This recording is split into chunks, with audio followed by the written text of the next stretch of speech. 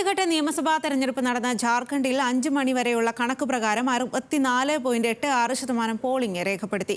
വിവിധ സംസ്ഥാനങ്ങളിലായി 31 നിയമസഭാ മണ്ഡലങ്ങളിലേക്ക് ഉപതെരഞ്ഞെടുപ്പും നടന്നു. ബംഗാളിൽ തൃണമൂലിന്റെ മുൻ വാർഡ് പ്രസിഡന്റ് വെടിയേറ്റ് മരിച്ചു. ജാർഖണ്ഡ് നിയമസഭയിലേക്കും വിവിധ സംസ്ഥാനങ്ങളിലെ 31 നിയമസഭാ മണ്ഡലങ്ങളിലേക്കുമുള്ള ഉപതെരഞ്ഞെടുപ്പുമാണ് ഇന്ന് നടന്നത്.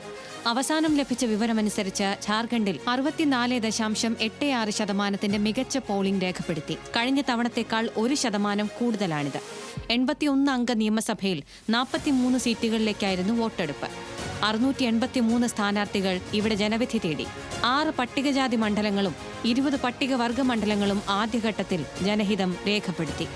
സരൈക്കല, റാഞ്ചി, ജംഷഡ്പൂർ വെസ്റ്റ്, ജഗന്നാഥ്പൂർ, ജംഷഡ്പൂർ ഈസ്റ്റ് എന്നിവയാണ് ആദ്യഘട്ടത്തിലുണ്ടായിരുന്ന പ്രധാന സീറ്റുകൾ. മുൻ മുഖ്യമന്ത്രിയും BJP സ്ഥാനാർത്ഥിയുമായ ചമ്പായ് സോറൻ സരൈക്കലയിൽ നിന്ന് ജനവിധി തേടിയവരിൽ ഉൾപ്പെടുന്നു.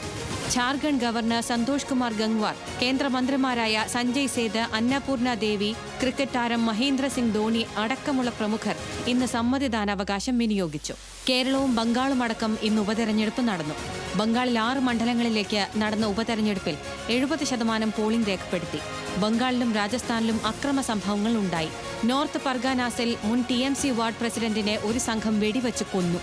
രാജസ്ഥാനിൽ പോളിംഗ് ഉദ്യോഗസ്ഥനെ സ്വതന്ത്ര സ്ഥാനാർത്ഥി മർദ്ദിച്ചതായും പരാതിയുണ്ട്.